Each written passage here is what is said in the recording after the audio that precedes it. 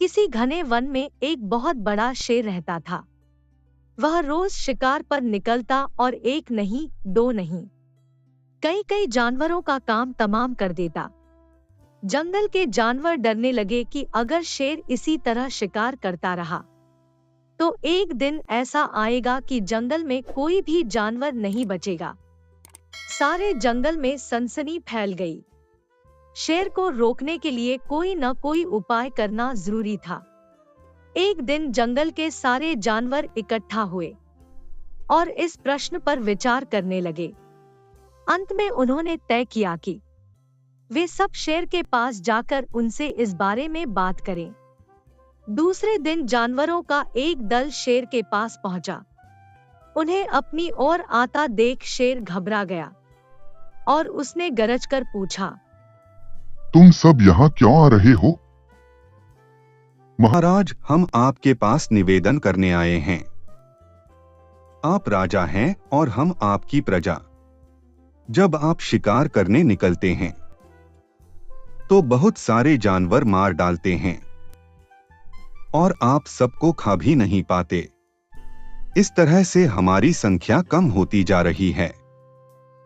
अगर ऐसा ही होता रहा तो कुछ ही दिनों में जंगल में आपके सिवाय और कोई भी नहीं बचेगा।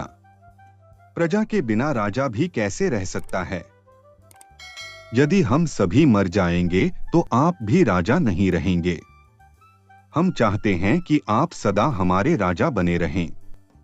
आपसे हमारी विनती है कि आप अपने घर पर ही रहा करें। हर रोज हम आपके खाने के लिए एक जानवर भेज दिया करेंगे।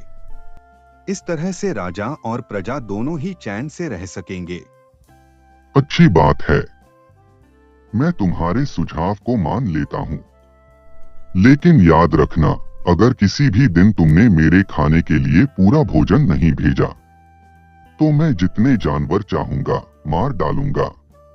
जानवरों के पास तो और कोई चारा नहीं था, इसलिए उन्होंने शेर की शर्त मान ली और अपने अपने घर चले गए। उस दिन से हर रोज शेर के खाने के लिए एक जानवर भेजा जाने लगा। इसके लिए जंगल में रहने वाले सब जानवरों में से एक एक जानवर बारी बारी से चुना जाता था। कुछ दिन बाद खरगोशों की बारी भी आ गई। शेर के भोजन के लिए एक नन्हे से खरगोश को चुना गया। वह खरगोश जितना छोटा था उतना ही चतुर भी था। उसने सोचा, बेकार में शेर के हाथों मरना मूर्खता है। अपनी जान बचाने का कोई न कोई उपाय अवश्य करना चाहिए और हो सके तो कोई ऐसी तरकीब ढूंढनी चाहिए जिसे सभी को इस मुसीबत से सदा के लिए छुटकारा मिल जाए। आखिर उसने एक तरकीब सोच ही निकाली। खरगोश धीरे धीरे आराम से शेर के घर की ओर चल पड़ा। जब वह शेर के पास पहुंचा तो बहुत देर हो चुकी थी। भूख के मारे शेर का बुरा हाल हो रहा था। जब उसने सिर्फ एक छोटे से खरगोश को अपनी ओर आते देखा तो गुस्से से बौखला उठा और गरजकर बोला, किसने तुम्हें भेजा है? एक तो पिद्दी जैसे हो, दूसरे इतनी देर से आ रहे हो। जिन बेवकूफों ने तुम्हें भेजा है मैं उन सबको ठीक करूंगा। एक एक का काम तमाम न किया तो मेरा नाम भी शेर नहीं। महाराज, अगर आप कृपा करके मेरी बात सुन लें तो मुझे या और जानवरों को दोष नहीं देंगे। वे तो जानते थे कि एक छोटा सा खरगोश आपके भोजन के लिए पूरा नहीं पड़ेगा, इसलिए उन्होंने 5 खरगोश भेजे थे। लेकिन रास्ते में हमें एक और शेर मिल गया। उसने 4 खरगोशों को मारकर खा लिया। क्या कहा? दूसरा शेर? कौन है वो? तुमने उसे कहाँ देखा? महाराज, वो तो बहुत ही बड़ा शेर है। वह जमीन के अंदर बनी एक बड़ी गुफा में से निकला था।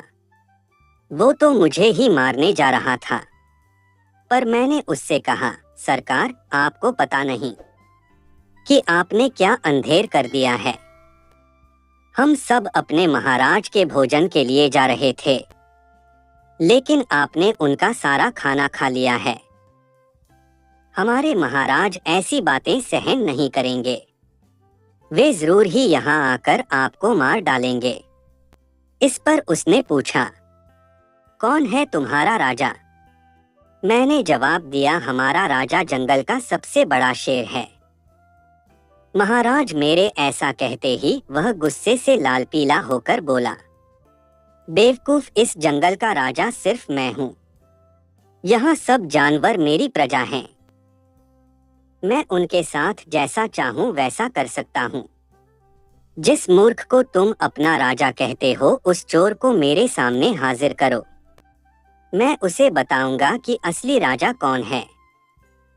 महाराज इतना कहकर उस शेर ने आपको ले जाने के लिए मुझे यहाँ भेज दिया।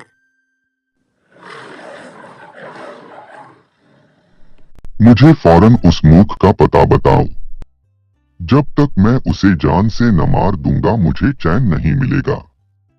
बहुत अच्छा महाराज, मौत ही उस दुष्ट की सजा है। अगर मैं और बड़ा और मजबूत होता तो मैं खुद ही उसके टुकड़े टुकड़े कर देता। चलो रास्ता दिखाओ। फौरन बताओ किधर चलना है। इधर आइए महाराज, इधर। खरगोश रास्ता दिखाते हुआ शेर को एक कुएं के पास ले गया और बोला, महाराज, वह दुष्ट शेर जमीन के नीचे किले में रहता है। जरा सावधान रहिएगा। किले में छुपा दुश्मन खतरनाक होता है। मैं उससे निपट लूंगा।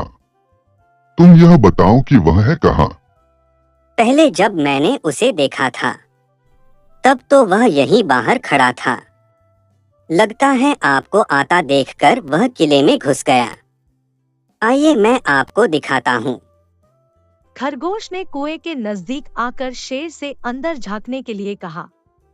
शेर ने कुएं के अंदर झांका तो उसे कुएं के पानी में अपनी परछाई दिखाई दी। परछाई को देखकर शेर जोर से दहाड़ा।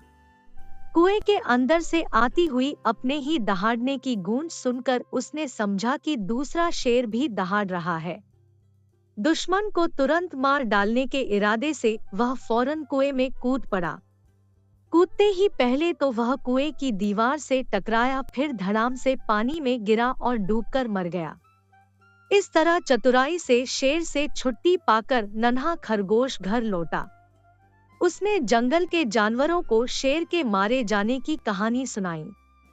दुश्मन के मारे जाने की खबर से सारे जंगल में खुशी फैल गई।